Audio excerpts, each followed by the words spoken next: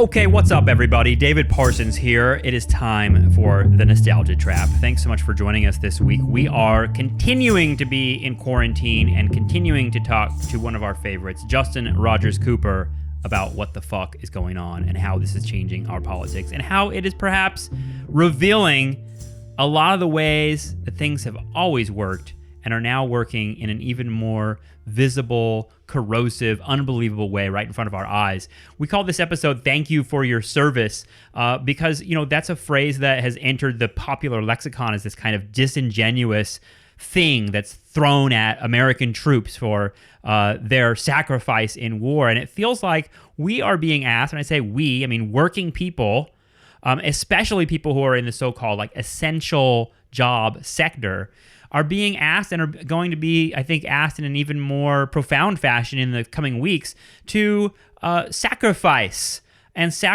for the greater good of the American economy. And that part of it is something we wanted to unpack. What is that notion of sacrifice and how is it connected to capitalism? Justin has all sorts of really fun stuff to say about that. So that's the theme of this week's episode, and we're going to continue unpacking what we think is happening and where we think things are headed in the weeks ahead. So stay tuned for more Justin Rogers Cooper episodes. And I wanted to thank Andrew Schustek for continuing to feed us research and ideas via text and email. He's been just an invaluable resource for us as we continue to think this through and add a lot of heft and research to our insights. So I hope you enjoy our episodes and know that Andrew Schustek is someone who's in part responsible for giving us some rigor here. So thank you, Andrew, and the other listeners to the show who are contributing on the Patreon. We have a bonus episode coming at the end of this week on the show Deadwood. So Justin and I had a long, detailed conversation about Deadwood. We try to include the entire show, but we talk about the movie a lot too. But mainly not as just kind of like a pop culture reading.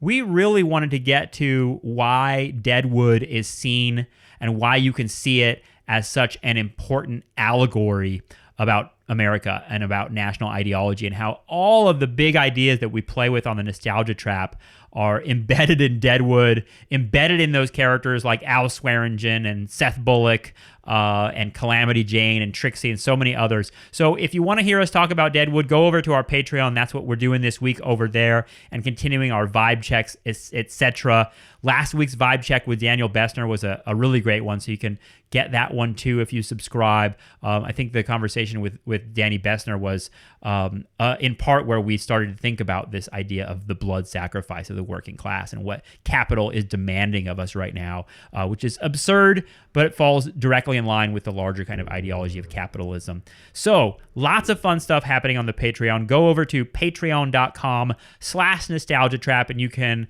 listen to all those bonus episodes and interact with us and throw your own ideas at us, because we love to hear from you. We love to hear the kind of wacky side of American politics and the kind of unbelievable store of knowledge, wisdom, and insight that is housed in your mind and is in the minds of the people who listen to this program. So thanks so much, Nostalgia Trappers. We always appreciate it, and enjoy this episode. Here is me talking with Justin Rogers Cooper.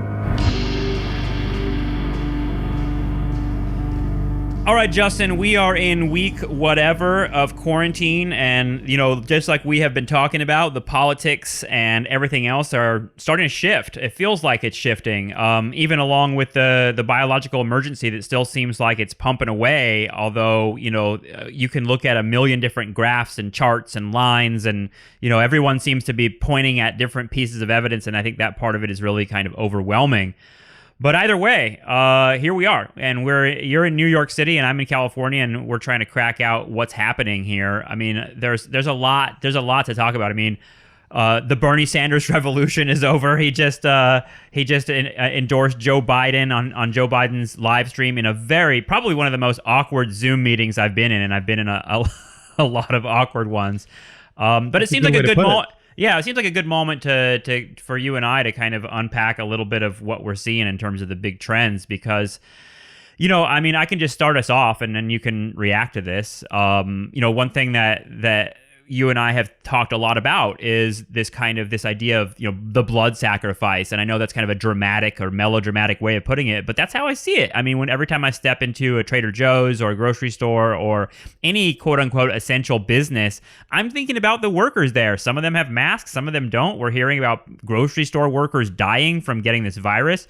And, the thing I just saw across the street at the little elementary school across the street from me is a big sign that says, essentially, thank you for your service. And there's hearts all over it, and the kids have signed it. And it's like, thanks to the grocery workers, thanks to the healthcare workers, and things like that. And you can't help but making the kind of leap to thinking about the way we give lip service all the time to like the troops and like, thank you for for your service, which even like was the name of a movie that came out a couple years ago that was kind of mocking the very idea of how performative that is, and how, I teach military people, and, they think that whole idea is kind of a joke, the thank you for your service thing. It gets a little empty after a while, particularly when you realize that, the material benefits that are given to people that are taking these enormous risks are awful. And so, there's a way of thanking people beyond just the kind of lip service of it. But one thing that I think that you might want to comment on as connected to that, besides the worker thing, is just like the whole kind of the whole war discourse that we're having around the coronavirus. It's almost like the only way we know how to talk about it is if it's a war, with liberals kind of saying we need a World War II type mobilization, and Trump falling into this kind of like biological fascism of, strong people versus weak people and all that kind of stuff. What do you make of the war discourse? Is that just the way Americans talk about this shit? Yeah, it is. And I think there's a few things to say about it. I like the idea that you brought up to frame this, which is the idea of the blood sacrifice, which, carries some kind of like crazy 1930s black and white horror film connotations or whatever. And at the same time is a functional and descriptive word. And something that I think came up on your recent vibe check with Bessner. Yeah. It was an idea you guys kicked around, and I thought, my own thinking started to really hook into it, and I appreciated the emphasis you guys put on it. And I thought that you guys did an excellent job sort of framing it, just even in your sort of personal emotional terms.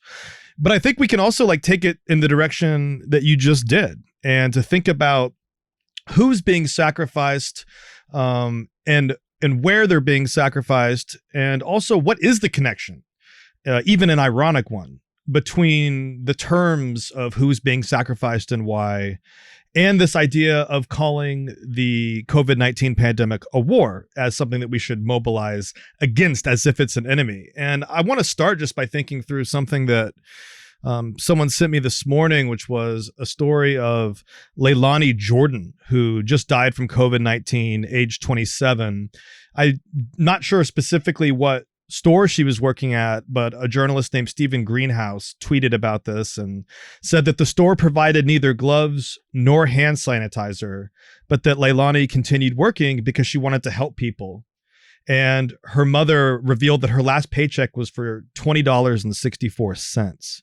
And I think that minuscule amount on the paycheck and the failure of the corporation that she was working for to protect her, and she wasn't even a healthcare worker, but she's still in need of PPE, the personal protective equipment, just as any healthcare worker would, just as any essential worker would.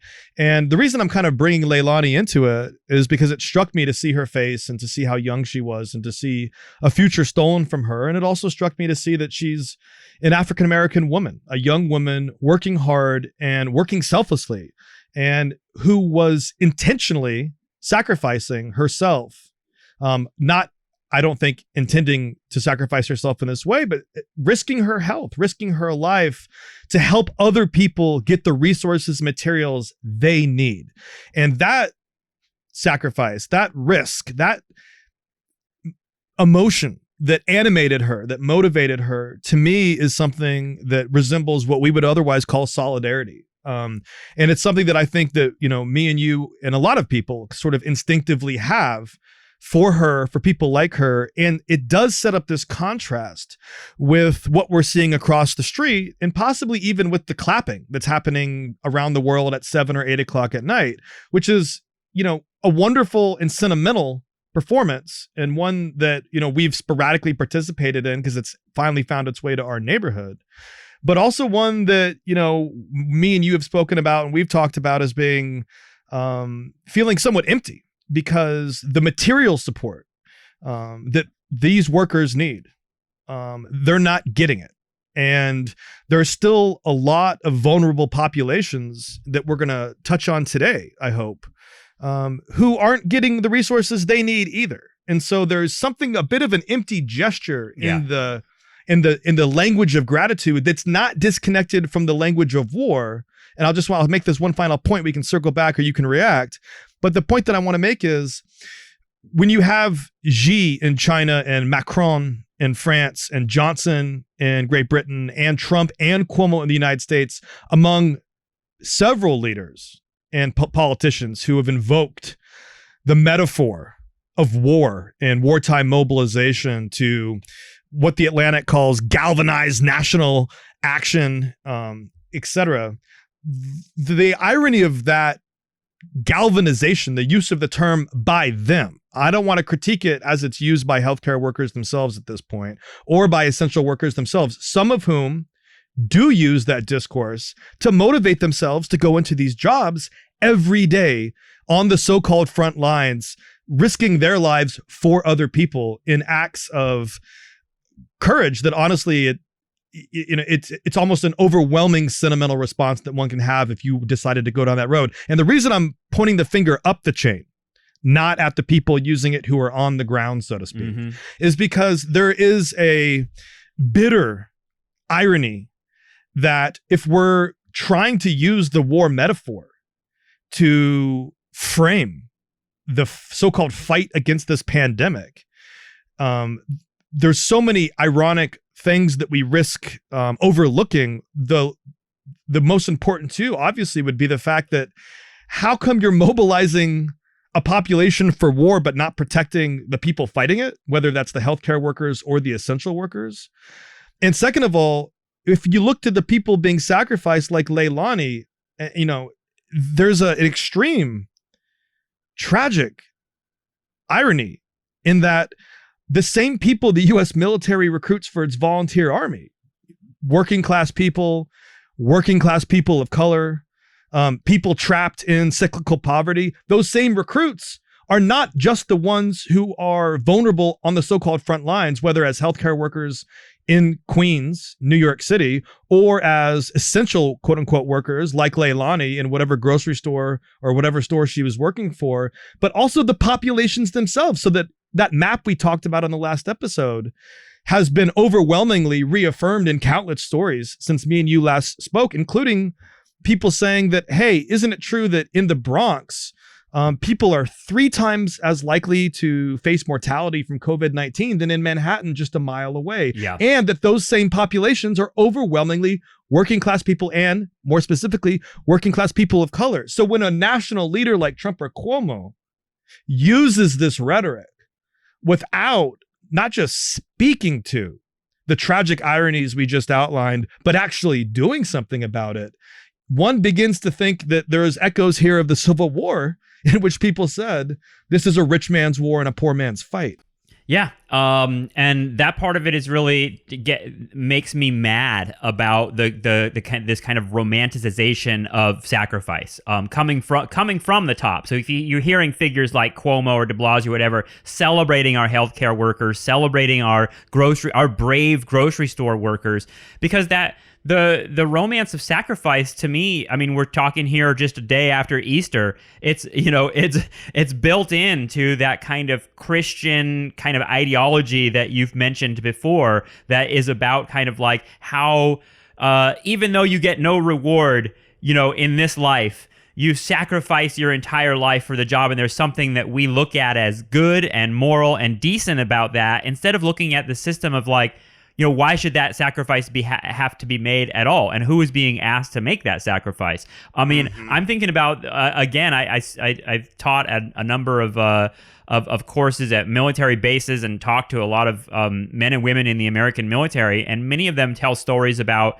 how they went to Iraq or Afghanistan or other theaters of American war without the proper equipment, that they were sent out there without body armor. I mean, many of them have told me stories of receiving body armor as presents from their family who bought body armor on their own and sent it to them. So you talk about like personal protective equipment. You're talking about another kind of analogy with the military experience, which is something that I've thought a lot about since my dissertation and book, I guess, is just that's the population where you can really see that sacrifice being made, and also that sacrifice being kind of endowed with a certain kind of romantic sensibility. In other words, like the idea that like, oh, these grocery workers are all going to the grocery store because they just want to help people, and there's this selflessness to it. To me, like, it doesn't really get the like main feeling in a place like that. I mean, I remember working in places like this in the period of my life. The first, I would say, 10 years of my working adult life was spent in working class kind of places, restaurants and warehouses and things like that. And, most of the people that I worked with weren't people that said, oh, I'm coming here because I want to help people and I just, want to sacrifice myself for the greater good. And I'm proud to be an Amazon worker because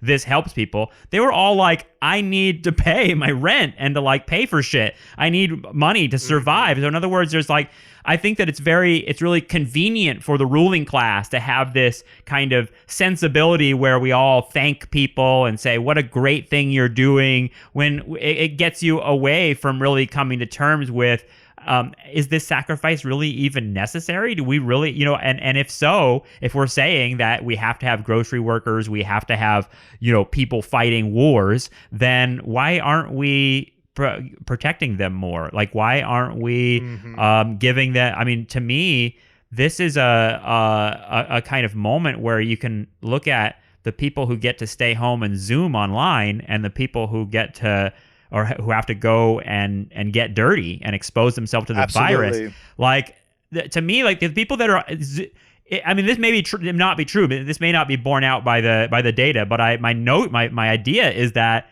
the people who are at home Zooming right now, that includes myself, like not really at risk in that way, we're making more money than the people that are grocery store cashiers and are exposing themselves to the virus every day. And that, to me, is the imbalance that needs to be addressed by this. I don't know if our politics will be capable of doing that, but that seems to be, to me, the bigger point of this is a kind of wider cultural recognition that this hero shit we're talking about ought to kind of be reflected in the way we prioritize the material benefits we're doling out to people. Yeah, I think that's really well said. And the part you mentioned about Iraq reminds me of when the Humvees were getting hit by roadside bombs. Yep. And when the reporters were asking Donald Rumsfeld about this, and this must have been 2005, 2006, if I recall, which, man, I feel really old saying super that. old. It literally, it feels like I read that yesterday. Yeah. And Rumsfeld famously said, or infamously said, you go to war with the army you have. Which is like, even at the time, it was widely shat on, because it was like, dude, you chose this war. Like, this was famously, they called it a war of choice. That was the critique. And so that kind of blithe dismissal of the complaint of the families of the soldiers who weren't being protected, to be like, well, we're just doing the best we can. It also reminds me. But hold on.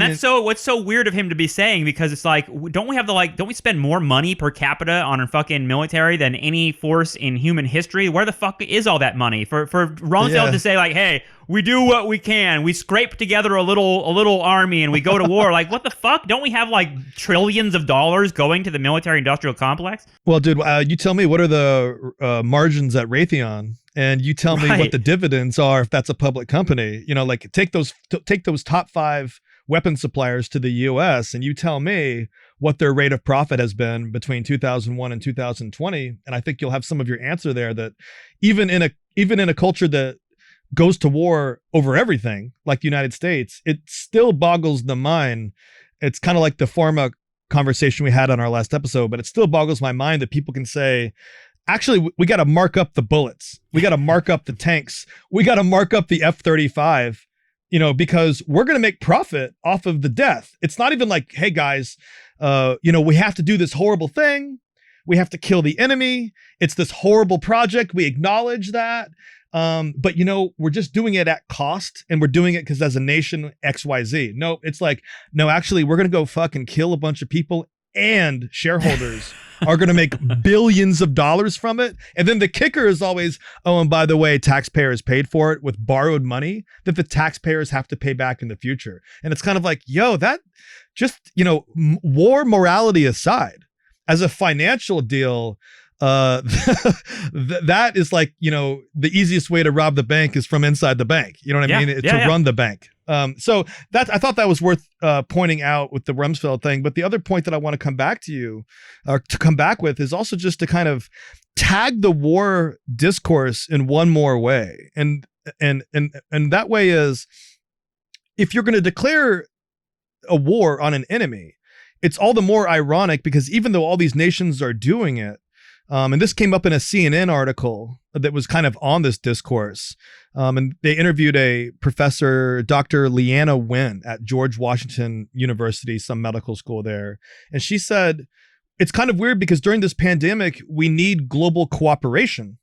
And in language that kind of echoed King in the Birmingham jail letter, she says, each of our fates are tied to each other, but in a different way than in war. Like there is this need for global cooperation, and yet all the wars that these leaders are framing upon depend upon a divisiveness, depend upon an us and them bifurcation. And I know that's not how they mean it, because they're saying the virus is the enemy, which is also weird because by using the language of war and not global health, the fact that they have to frame it this way, it's also bizarrely naturalizing war, as if war is a natural phenomenon. And so that the way to respond to a quote unquote natural phenomenon is through another natural phenomenon, but that's not fucking medicine or preventative care or PPE. The actual way you respond is by declaring war on it in order to mobilize your population. And that's one more place I would like to just push it is,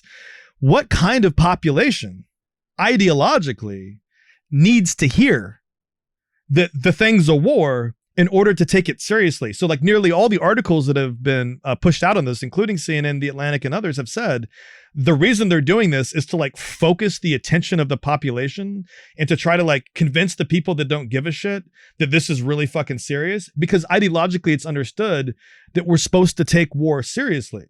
And I think that in a place like France, it means something. In a place like China, it might mean another thing. But in a place like the United States, a settler colonial nation with ongoing settler colonial projects, with ongoing racist and racial projects, with ongoing, war on terror that like both never ended and is over, troops coming back from Afghanistan, or are they, in a country that is always at war and has boots on the ground in 120 different nations, in terms of the bases and troops being present, et cetera.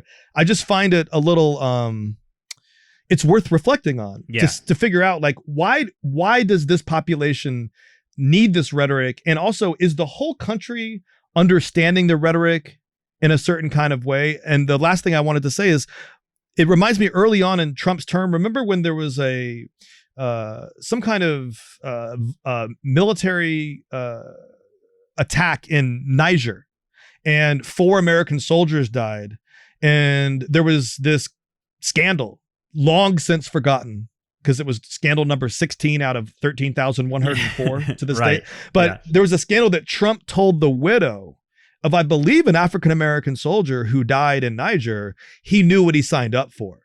And I think that the reason I bring that up, to echo the Rumsfeld and to echo what you're saying, is that I think it points to something fundamental about the nature of what blood sacrifice is. And that is, it's not enough to point out that these workers, who are the traditional populations that are sacrificed to normally operating capitalism, that these workers are once again the ones being sacrificed, just like they were in the war on terror and just like they are in everyday life as residents of Niger. But I think it's worth pointing out that in the idea of the blood sacrifice, the notion of the sacrifice is meant to be symbolic and to be conflated with the notion of the scapegoat, but like a positive side of the scapegoat.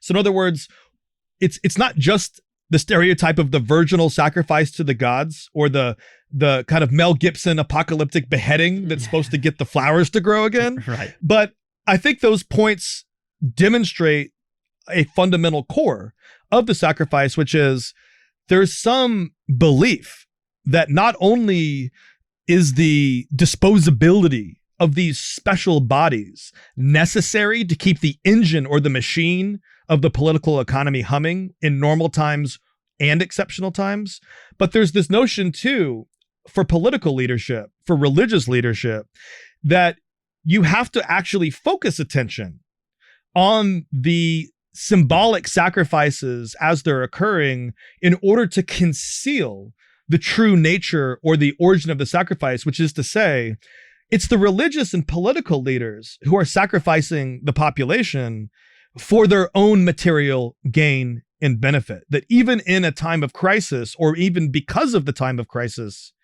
they actually have an investment in focusing our attention on these sacrificial bodies, but it's with a desire to have a sleight of hand.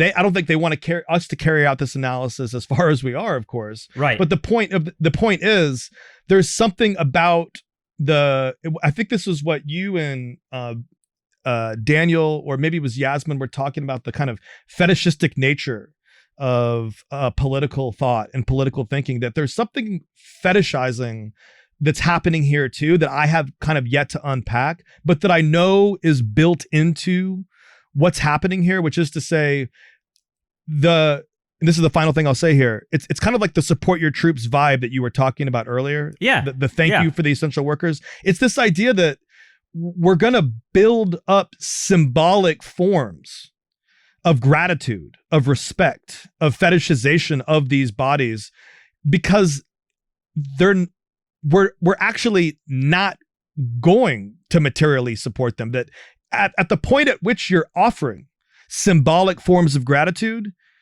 you are already performing that operation, that function, in order to both conceal and to elide the lack of material support on offer. So in other words, by the time the clapping started, under this logic, we already should have known the sacrifices to come would actually be happening at a higher rate than if the clapping had not started, because the clapping is actually a sign, not of public gratitude of the workers being sacrificed.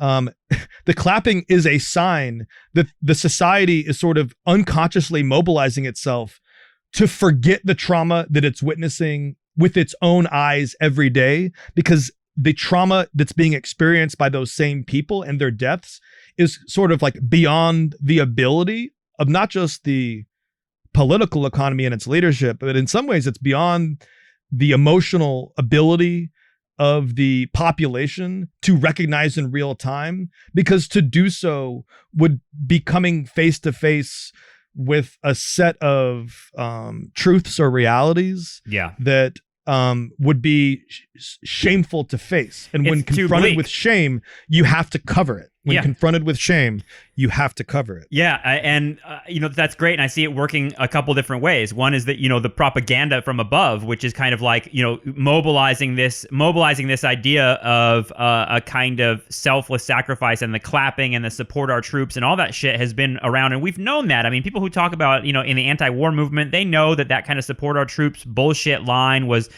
came out of the end of the Vietnam War, and it rejiggered the way we think about history and the way we think about what those sacrifices mean, and how if you're disrespectful to the very idea of the sacrifice and the goodness and the essential decency of the American troop, then you're somehow not on the team. But also, I feel like the people who have loved ones that make this sacrifice, who have loved ones that die because they were in a war or because they were working at a grocery store and exposed to the virus, they themselves have to kind of romanticize in order to feel like their loved one's death meant something. You know what I mean? And it wasn't just Absolutely. like this.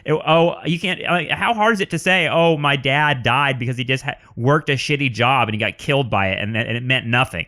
Like, that's too bitter a pill to swallow. But we have all these like heartwarming stories, and dude, it's really chilling to think, like, the more you hear the clapping, the more you hear the support your troops, the more you hear the kind of like sentimental shit about workers, the more you know we're throwing them into the garbage. And like, there are stories like, I don't know if you've seen them. It'll be like, heartwarming, this 94-year-old woman is still working, and she doesn't have a car, and she walks through the snow every day to get to her job, and just to pay for her medicine. Isn't that heartwarming? And you're kind of like, no, that's not heartwarming. That's like a really tragic, awful, like rock bottom feeling. When I look at that, I want to die. It's so fucking horrible. And yet it's like it's presented to us as like, this is a good person. It's the furthest you can go, really, in that whole kind of pie in the sky idea that even populists in the 19th century were already attacking, which is that you've connected this religious sacrificial goodness to capitalism and to like the notion that poor people have to work in order to survive, and which is, again, too horrible to even really contemplate. So you have to make it feel like, and God, dude, working people have swallowed that. I think that's one of the biggest. I mean, I think you actually texted this to me a couple weeks ago, that this is perhaps the biggest obstacle to growing socialism or building socialism, is the working class have already internalized this idea very deeply, and they kind of have to. I mean, how hard is it to like just go to work every day if you think that you're just being exploited to your death and it's meaningless? You, in other words, have to attach a meaning to it, whether it be religious or even like just, this is my hustle. I'm an entrepreneur. I'm going to make it to the top, whatever, however you want to kind of. There are many flavors to this. You have many options to access this feeling in America, whether it be Instagram influencing or winning life or whatever the fuck. But like, all of it is meant to like kind of paper over that very essential fact, which is that your capital is demanding your life and is demanding that you die in order for it to keep surviving and for specific individuals to keep benefiting. That part of it is too much to handle. And bringing that up is the stink in the room. And that's like, in order to play the game, we all have to like kind of engage that sentimental thing. And that part of it is really, really hard to wrap your mind around. Yeah. And I think you brought up really, really core and key points there. And I think my first reaction would be to say, ideology is precisely what you cannot name because it's accepted as the common sense.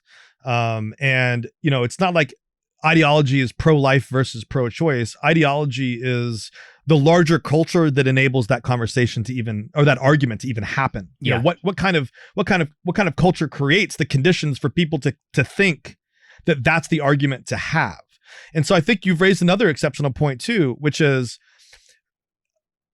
whatever you call the working class, I think we would always say on this show that we're talking about more than one thing, more than one working class. And so without wanting to speak for all working people or whatever we want to call working class people, we can say that there are segments, not just of the working population, quote unquote, but the middle class population and the ruling class population. There's different ways that people understand their jobs at multiple levels, and that pointing out that what you're doing is enabling a kind of violence is both the stink in the room, but also, as you would say, it's not quite the whole truth, because the whole truth is these workers aren't just enabling capitalist political economy to take place. Through their very actions, they're actually providing us with essential services. Essential services and essential work is both, like, you can put it in ironic quotes, but also you have to take those quotes off and be like, holy shit, these people are risking themselves so that I have my basic needs while I shelter in. And I think that in the way that we said that there's a truth about this COVID-19 pandemic that reveals the normally operating truth, that in some ways gets at a normally operating truth as well, but we'd have to do some work on it. And I think that in terms of the obstacle for building socialism, it's a complicated discussion, but all I'd say is I sent you a anecdote about a young woman, I believe in Michigan, and she had lost her job quite suddenly among the initial 10 million or so that lost their jobs recently. And it meant that she didn't have enough money to apply to graduate school programs anymore, which is what she wanted to do. And she mentioned how her dream was getting into X and Y Z program. But now, because she can't afford to send out the applications, it's very unlikely that she'll be able to get into the program that she wants, and that this will have consequences for the rest of her life. And they were kind of saying to her, well, how do you feel about that? What does it mean to have lost your ability to finance your dream at this time?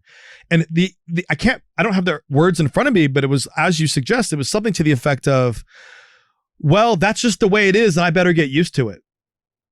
And so I think that mentality of like, we're here to suffer, and that actually suffering is natural, and that there's no one to blame. There's no structural action to take. There's no anger at the hypocrisy of firms being bailed out in the trillions, but her dream, which depends on like a few $100 being left in the dust, she doesn't even feel anger about that, at least not in the interview.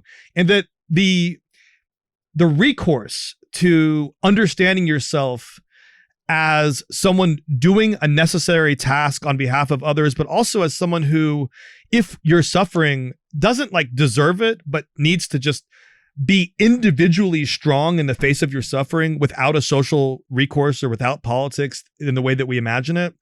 It does a couple things. And aside from us maybe feeling like just genuinely sad about it and empathetic and sympathetic to her and to the people making these sacrifices, it also is an obstacle towards trying to formulate a different kind of society and getting people to understand that their suffering, and even this pandemic, is not a random black swan event. It's not just that thing. It's also something that arrived here and found a certain set of structures which themselves were so ready to collapse that all these dreams and all these worlds were ready to collapse because the system that capitalism had created for us was so fragile that the consequences of something like COVID-19 coming toppled the house of cards.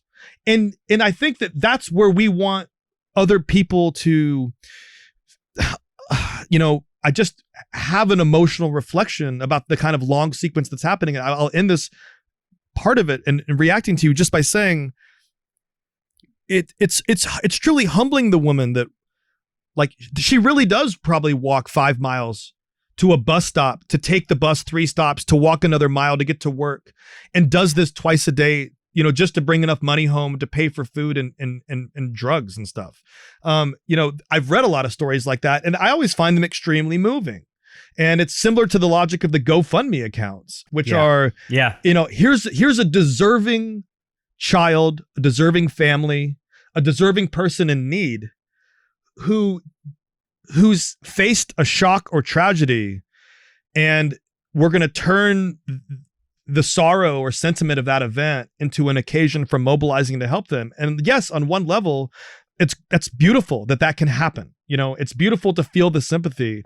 And also it's humbling to understand that there are healthcare workers on the front line saying, it's helpful for me to think about myself as a soldier in a war, because I need something to motivate me to get up every day and do this on behalf of strangers, because I've given my life over to protecting people that I don't know on behalf of the public good, on behalf of the commons. That is like, just, there aren't words to quite describe what that is. And for that person to then say back to us, your critique is from a distance, in other words, whatever idea it takes to make me survive, whatever idea that lets me sleep at night, how can you shit on that? And so it's a long way to say it can't be either or. It has to be both and. Yeah. And we have to approach it with the right kind of respect. It's all twisted together.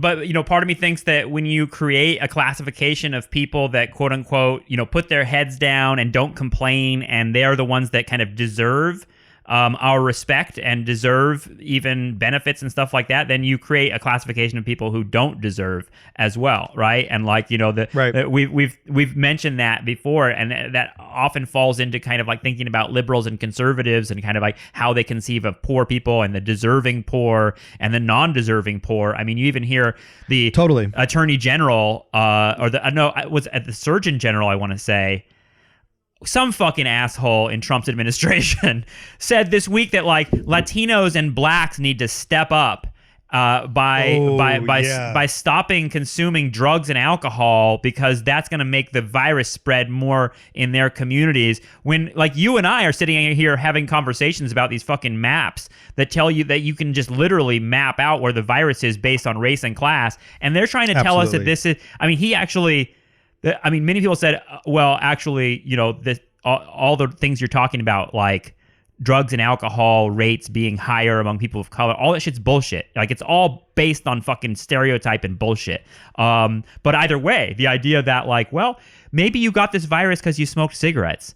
Maybe you got this virus because you took drugs. Maybe you got this virus because you're a piece of shit who rides the bus every day. It's your choice, it's your fault, not ours. Right. So this is what gets us to this other thing that I wanted to mention to you now that I have you, Justin, because I know you have a reaction to this. It's like, I've been on Twitter a lot. You know, obviously I'm a social media person. I try to I try to skim through social media to get some sort of picture, and I don't even know if it's accurate. Maybe I'm being like dosing myself with the wrong information. But either way, I kind of try to get a picture of how different constituencies are taking this. And on Twitter, I don't follow that many libertarians or Republicans or conservatives. I don't see that much, but I do see that on Facebook. And I've been spending some time on Facebook lately, and a few figures have popped out that are from my past, you know, whether they be teachers or previous adults that I knew that are kind of like now conservatives or libertarians. And one that interests me because he's a smart guy. He posted, he's posting a lot about kind of, and it seems like it's the Fox News kind of tack on this right now, is like, this has been overblown. You know, the virus thing has been overblown. It's time to reopen America. And it's time to just get back to work. And that's that. And the people that have been pushing back on this guy on Facebook have been saying things like, no, we have to keep social distancing. We have to like keep doing all the things we're doing to try to limit the spread of the virus. And he's saying things like, look, life is risky. Like, there's always risk. And that we have to go back to work, and we can't sacrifice our entire economy because people are going to die. People die all the time, and that's just and the metaphor that he used. Conservatives love to use this shit. They love to like find some totally unrelated other thing that's going on and say it's just like this. But I wonder what your response to it, because it did make me think, because I usually just want to burn these people with some great response. But he was saying that, look, and this is true. Tens of thousands of people die in car accidents every year. And every expert who studies that agrees that we could all practice something. Instead of social distancing, we could practice driving only 45 miles per hour, and it would drastically reduce the number of deaths. We would save tens of thousands of lives. But instead, we drive 75 miles per hour, take the risk, and tens of thousands of people die every year. He's like, that's the same thing with the virus. We just have to take the risks, and that's that. What is your response to that? What is your response to the people? Because I think that we're going to have an immense pressure, and even coming from Trump and himself, to like, quote unquote, reopen America and stop with the social distancing. That's the conservative talking point right now. Yeah, I mean, it's a conservative talking point, but it's actually a liberal talking point. And I've actually seen the same measles car accident analogy made by Brooklyn hipsters. Not kidding. On social media. Not kidding. So it's a liberal paradigm that I think crosses over to a conservative paradigm. And I think it's interesting in two ways, having just heard it. Number one, you should always be grateful for the people that can just enunciate the core logic, and so the core logic of capitalism is human life is disposable. All of us take those risks, and the price of the system is death. We touched on that in the last episode in terms of healthcare, and here it's operating in his logic in terms of necrocapitalism. In other words, this is an economy that chews through bodies. Some bodies are going to get chewed through, And that's what the cost of this will be. And so it's interesting in that, number one, if you had a society with more public transportation, you'd have less automobile accidents. Right. So number two, his idea and everyone's idea of the car analogy, which is now coming up a lot, vehicular deaths, is interesting because driving a car is the neoliberal transport of choice, but it's not actually what rich people do. They take helicopters, they take jets, and by the way, they got people driving for them. So in other words, show me the economic class of people that die in car accidents, and I swear to God, the income map of people that die in car accidents will not overlay exactly with the COVID mortality maps that we've looked at, but I bet it'll be comparison, like it'll be interesting, and someone should go get that data point there. And if I'm wrong, I'm wrong.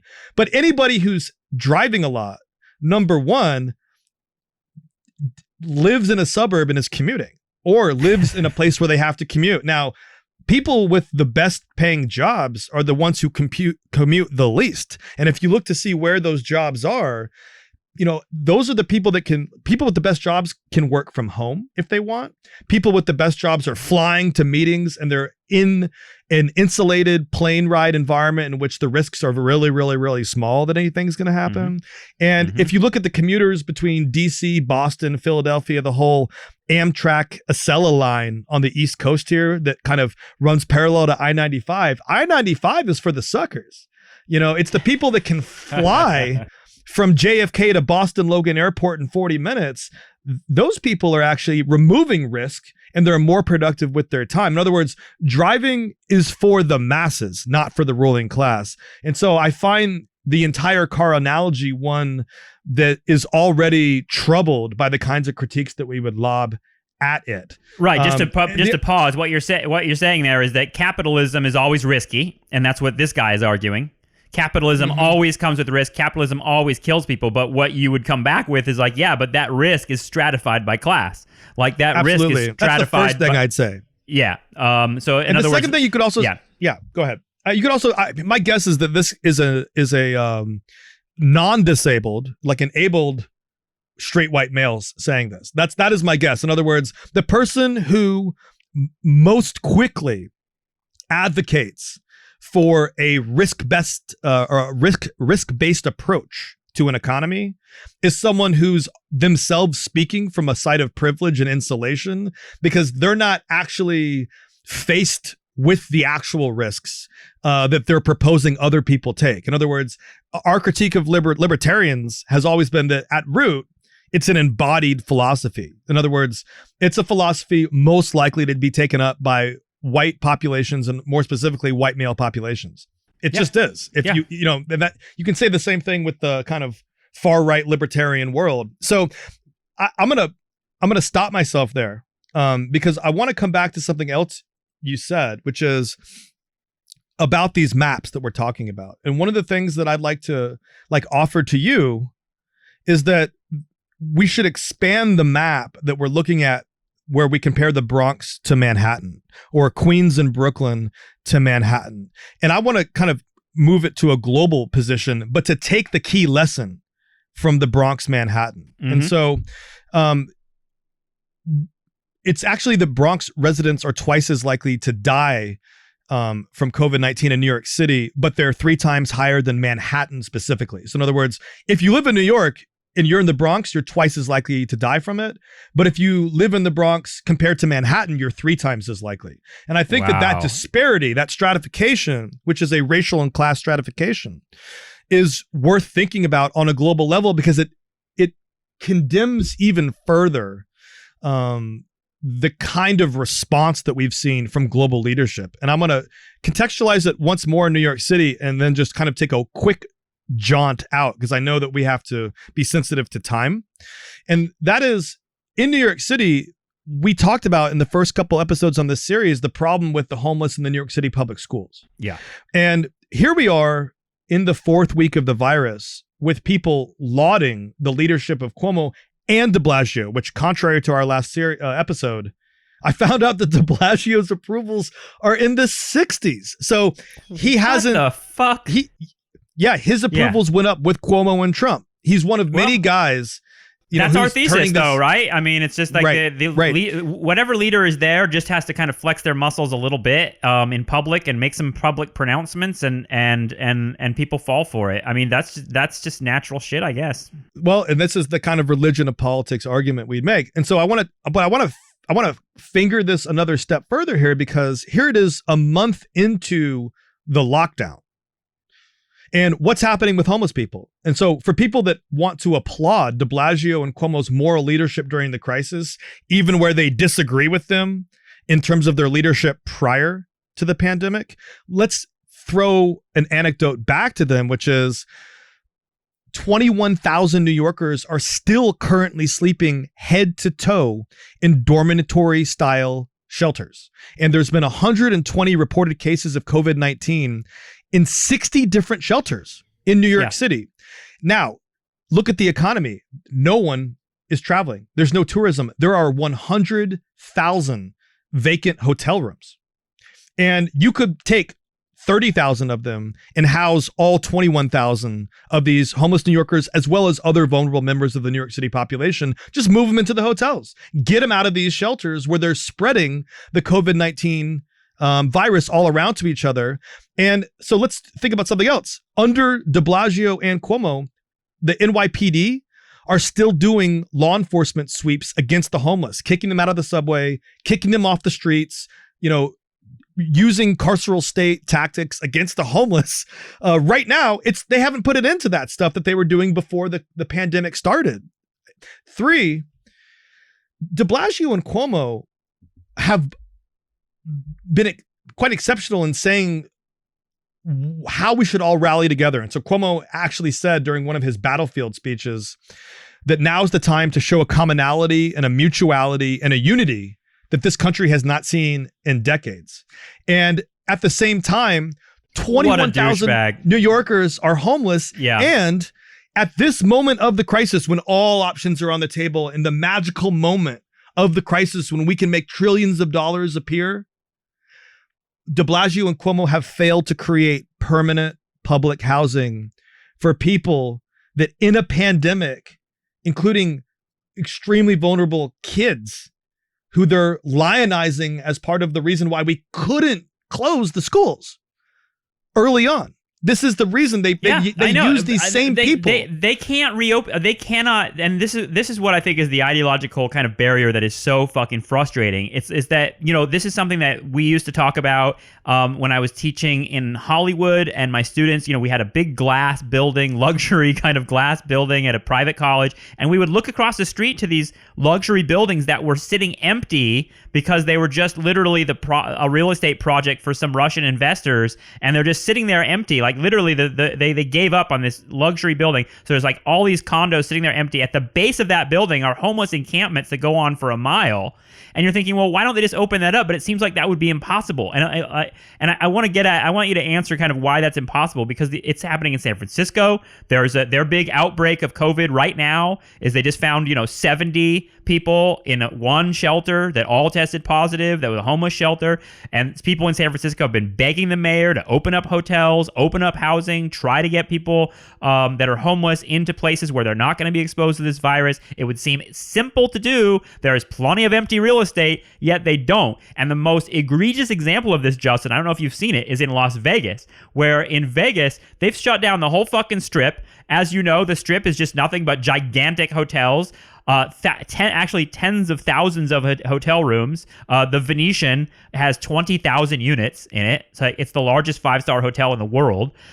Sitting there empty. And what are they doing with their tens of thousands of homeless? The picture I posted last night was of a parking lot. They found a parking lot at the edge of town where they've painted squares on the ground. It's totally open air. There's no cover whatsoever. They've painted squares on the ground and said, each homeless person can get a square. And they're all just sitting there like in a parking lot all night in their square that's painted on the ground. No shelter, nothing over their heads, nothing like that. And you're like thinking the absurdity of that. And like, for me, they have like capitalism. Is it just that capitalism has to allow that absurdity to happen because otherwise to like actually just open up the hotels and give them rooms to stay in would like undermine. It seems like it would undermine something so fundamental that the system wouldn't survive anymore. Am I wrong on that? I mean, because you got to answer that question. Like, what the fuck? Why can't they open these hotels up? If not, the system wouldn't survive. It's a challenge to the core logic, the core social cultural logic upon which the system operates, which is another way to say it's an interesting struggle between what Marx calls use value and exchange value. Right. And that the use value of the space is absurdly being denied in exchange or in opposition to this exchange value of the space, which is, and this is what the folks at EndNotes, which is that kind of group that theorizes like, the labor theory of value in the 21st century and kind of does some interesting theoretical work on Marxism, blah, blah, blah, blah. But what they have said in some places is, and other people have said this too, is that exchange value isn't, it's part of that commodity fetishism that Marx talks about, in which there's like a magical relationship to the commodity that when society says the diamonds are so valuable, even though it's a common rock, they can be sold as if they're a rare stone. And so there's this idea that part of what creates the value of an asset is a lot of social and cultural and emotional work that's invested into making sure that this asset is properly understood as valuable, even when it's bullshit. And that's a lot of like the critique of corporate brand can be put down to that same thing. So it's like, well, here's the toothpaste from Colgate. Here's the toothpaste from Kroger. One of them's $1 more expensive, but it's literally the same product. That's the magical thinking that's part of the like social relationship of exchange value upon which capitalism operates. But to go to the moral heart of your critique, I would just acknowledge the fact that in capitalism, in which the purpose of the economy is to create capital, but also to sustain a capitalist ruling class, not to create a socially defined common good, not to create a meaningful life for human beings, that in that system, the reason why you can't give the hotel rooms to the homeless is because the property of the rich is more valuable than the lives of the homeless. In other words, assets, even these phantasmagoric assets, these socially constructed rooms, which people pay 1,000 nights for, but which aren't worth that. They're just, we all agree that they're worth that because that's the fiction that sustains the value proposition. But if you say, actually, these rooms can be inhabited by the disabled and by the poor and by people of color and by families who don't deserve it, you are starting to take a brick out of the wall of this whole fantasy in which we're supposed to know we're successful by getting key cards that give us access to that space, which then tells us that we're moral, virtuous, and successful subjects. And so there's a number of ways to put at it. The core proposition, though, is simply property is worth more than people in capitalism. And the property of the rich or of corporations is just fundamentally more valuable than human life. We know that in all these other areas. We now know it in this area. And I just have one place to go with that, which is Cuomo and de Blasio, despite their progressive politics or rhetoric, whatever you want to say that they've done to help this situation or to help progressive populations, Democratic voters, etc., their unwillingness to adapt even during the crisis, to hold the line here and now against these populations is a testament to their underlying fidelity to capitalism as a system, period. Yeah. Full stop. Yeah. And that comes with consequences. Now, so in other words, I want to set that out. That ideology has to be, there is no such thing as a free lunch. We have to say that again and again and again and again, because that whole idea of like who's going to pay for it is so deeply ingrained that even the poorest person will say something like who's going to pay for it, when it comes to them receiving a benefit. And that part of it seems like it's exactly the ideological kind of note that's being struck by capital right now. And here's where I think we can dilate this New York City conflict and globalize it. If you recall, de Blasio said the reason he wasn't closing the schools was that they provided essential services and food to homeless families. This is on the record. We've talked about this. That's the reason. Okay.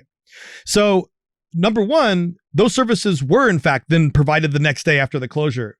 which forces you to look back on what his protests were and think to yourself, was he genuinely not capable of understanding what would happen 48 hours later?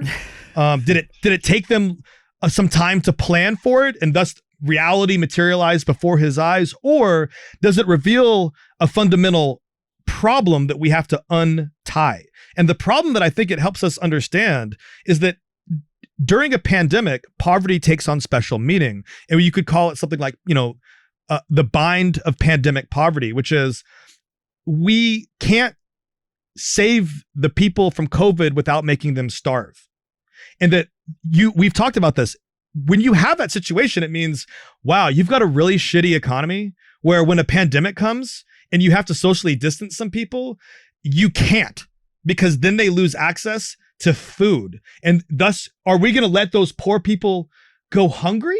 Or are we going to keep them, quote unquote, healthy? And I think that this choice between do I risk my health or do I eat is the choice, or is the bind that's affecting literally hundreds of millions of people way beyond New York City at this exact moment, and hits back to the guy that you saw on Facebook who's like, life comes with risks. That mentality actually isn't just confined to the white male able-bodied dude. It's also the very stark reality that millions and millions and millions of people are having to choose from right now. So, for example, if you think about this bind of pandemic poverty of do I eat or do I keep myself safe from COVID-19? That bind, which is this horrific reality that exposes the fragility and just dearth of capitalist imagination and material support for human life at scale in terms of a planetary system, is active not only in places like Yemen, Syria, Congo, Venezuela, countries that are already hard hit by war, by sanctions, by climate change, etc. But it's expressing itself in places like Ecuador, where if you look at the problem of testing, medical supplies, the risks that healthcare workers are taking, weak lockdowns, misinformation, these are the issues affecting the United States. They're also affecting places like Ecuador. And in Guayaquil, there's just been this, tragedy of immense proportions that's kind of now appearing in the global news, including the New York Times, where the whole healthcare system in Guayaquil has been so overwhelmed. This is Ecuador's, I think, biggest city, that police have had to remove upwards of 800 bodies from the streets because the dead are just being pushed out of the houses. That's the scale of this thing. And there's not emergency services. There's not social safety nets. There's not the kind of support that you would look over to Europe and say, how come the United States can't do what Europe's doing? Well, my God, it's because the United States is as close to Ecuador as it is to France, as it is to Germany, in terms of where it fits on this global spectrum. But here's what some of the stuff is happening in the reports coming out of Ecuador and Guayaquil. And this can be the last point that I make here, because I know you have to go, which is, this is coming from an article on the situation out of the Daily Beast. Lacking the advanced technology and robust infrastructure of their first world counterparts, which is already kind of ironic considering we know what's actually happening in New York City. Hospitals and healthcare centers in Guayaquil have been swamped by climbing infection rates since late March, often leaving ordinary citizens to deal as best they can with dead and dying family members. And they interview a woman and she says, "At least we can lock down and work from home," she says. "Many in the barrios don't have that choice. For them, it's either go out to work or starve." And when you read articles about what's happening in other countries, particularly in the global South, particularly in the Americas, what you're getting is a choice that working people are making between, in the face of the depression, the absolute need to work for daily sustenance. This is across the world. This idea that they can't shelter in place and still have income coming in, period. Now, this is true of people in New York, but to a lesser degree. In some of these other countries, which it's not that they have like a fraying New Deal social safety net. There is no fucking New Deal. There never was one. Right. They're facing the choice of that risk, that guy was talking about, that risk that they're facing is one where it's kind of like, yo, I have to go expose myself and no one's going to applaud because I'm not even necessarily doing a so-called essential service. I have to go out and work because we're still living in 19th century laissez-faire economy. But the thing that I'm pointing out is that's still our 21st century capitalism. Yeah. There are people living in the United States, but even more acutely in places like Ecuador that more resembles the 1877 United States that I'm talking about than the 2020 United States that I'm talking about. And I think that when we think of the nationalism that comes with unconsciously the war rhetoric, the pandemic is a war, we're fighting. We mean we as Americans. We do not clap or have concerns for the people of Guayaquil. We don't. And that division of sympathy that we've talked about over and over, that the way that we put national borders on what our hearts feel, and even on the way that we conceive of material support, that we're going to do a Green New Deal for us, but is it really going to be a Green New Deal for Guayaquil? You know, like the people who actually talking about the Green New Deal are probably the last ones I should be saying that to, because they would probably point out to me like, we need unity on the left right now. yeah, exactly. They'd be like, why are you shitting on us? And I completely agree with that. But I'm not actually trying to say that. I'm trying to say that the way that it gets carried out into democratic conversations with a capital D, the way it gets carried out to the broader left is one in which we think about what we can do for our country, but we don't think what we can do for like other humans, other people, other vulnerable people, other populations, other countries. And that this sliced and diced sympathetic project that's part of the nation state system is so essential to how capitalism reproduces itself that when we talk about obstacles to socialism, nationalism, this to me is us one of the us versus key them. obstacles. Us versus them. Yes, and borders, in this moment where when everything is changing or not right now, in this global emergency, in the catastrophe, in the moment of revelation, what are our allegiances across these borders, and what do you make of what's happening in Colombia and Venezuela and Ecuador, just to throw 3 countries out there? What are we to do with that? And how does that fit in with how we're understanding what's happening in the Bronx? Yeah. Because part of what I've tried to say here is that those things are actually tied together, and that space where you extend the sympathetic project and that space where you withdraw the sympathetic project is one that happens in cities, but it also happens between nations. And that toggle back and forth is essential for us to think about, because this is my absolute final point. It goes back to the blood sacrifice, that the people who are being sacrificed to this global political economy are not just the essential workers. It's the people who are left to die laissez-faire style in the streets and barrios of Guayaquil. And that the clapping for our essential workers, as good as it's intended, isn't just at the same time disguising the material poverty with which the United States has conducted its response to this pandemic, in the terms of just even its successes are failures. Yeah. Even when we say we're now testing more people, you're not testing enough, and the tests aren't even coming back that quickly. Even our successes are failures, but it's just a way to say we're still lionizing them as our Americans. But the people of Guayaquil are American too. And I think it's worth holding out a space for conversation, for analysis, and also for sentiment, to incorporate into our thinking and into our analysis just this wider map. And if we didn't have time to go through all the different places that I would have wanted to take us, but that pandemic bind of work or starve, it's just so fascinating to me, because that's exactly what was at stake in 1877. And in a weird way now, we've seen the pandemic reveal in 1877 logic again. Yeah. And that is just, I find that that's where I'd like to end. Yeah, and that's the bind that we're going to have to talk about in future conversations. I know we'll hit more on the global element. We'll hit more on the idea, the ecological part, that people, there's this point that people are making of like, oh, the birds are singing and the air is clear and everything like that. And,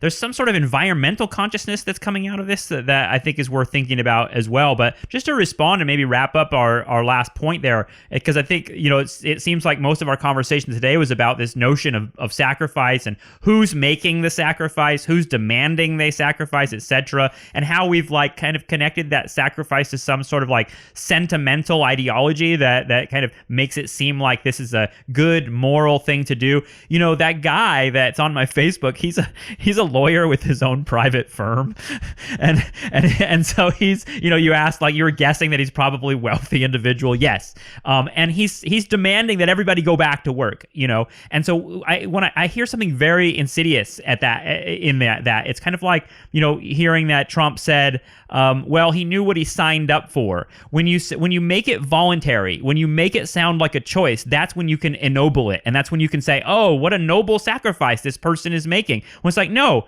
it's not a choice. And that's kind of something that people have pointed out a lot about the turn that the American military made in eliminating the draft after the Vietnam War. They made it a quote unquote all volunteer army. So now you can say, oh, you weren't pulled out of, American society and thrown into Vietnam to die against your will. Everybody in the war, everybody who was killed in Iraq that's an American, volunteered for it, actually. In other words, you've hidden the idea of choice here, and you're making it seem like a choice when you're kind of like, no, one of my favorite activities to do is something that I think it's Christian Appy, who has been on the show a couple times. He writes brilliant books about the Vietnam War.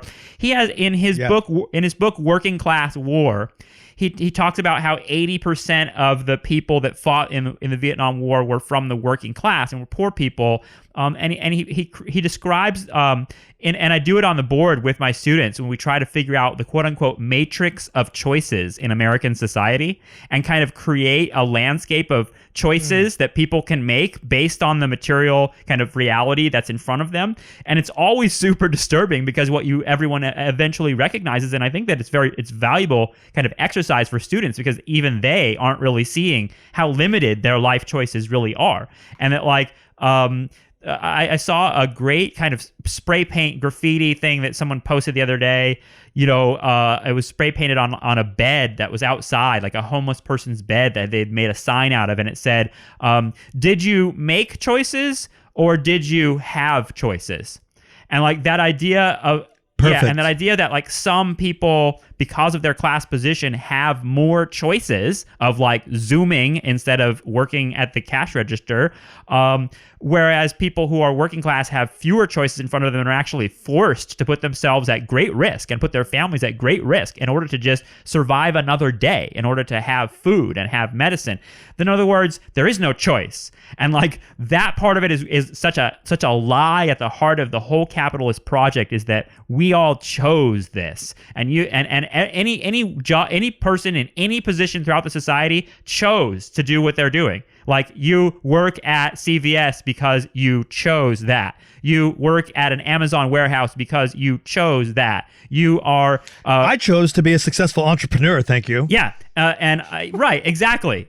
And so, like, it rests on a lie, and it rests on the idea that any of us have any agency in this system when the system is basically providing you with a couple different slots that you're going to be put into. And I think people don't like that because we have such an investment in America in the idea of like the individual as agent and the individual as having power to control their life. I mean, it's built into the New Age. It's built into religion. It's built into every element of American ideology, is like you as individual choose your life. When it's like, it's the core of both conservative and liberal philosophy. Yeah, right. Everybody believes that. We don't, I mean, even the person that's like the anarchist is like, I am choosing to create my own reality here. So like that part of it is something I think we can keep talking about as we move forward, because to me, it's such an insidious part of the whole thing we're going through right now is the lack of choice. And I think, even the conservatives who are freaking out now about why can't we go outside, and why are the police offering, giving people tickets at the park, and where did all our freedoms go? It's an expression of that as well. It's an expression of they feel that they've lost choices in their lives. And so if we can blow that up and like continue to hammer that idea that like you never had a choice. You know, you don't have a choice in American life, and people globally have even less of a choice, I think, in a lot of places. And I think that's what you're pointing out too.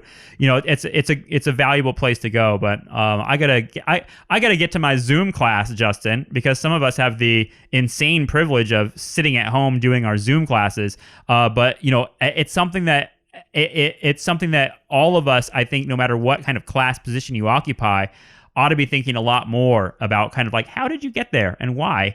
And how can we kind of work on changing the system to a place where we can kind of see that more visibly? Yeah. Yeah, and it reminds me of what you and Yasmin Nair talked about on a recent episode where she talked about situational privilege. I think that is important to remember for yourself here as you Zoom too, because from one side, yeah, and from another side, it's like, well, you know. So I think that it's worth taking multiple perspectives. Cool, man. Well, thanks, Justin. We will catch up with you again very soon. I'm sure we'll be talking again next week. So take care. Thanks, David.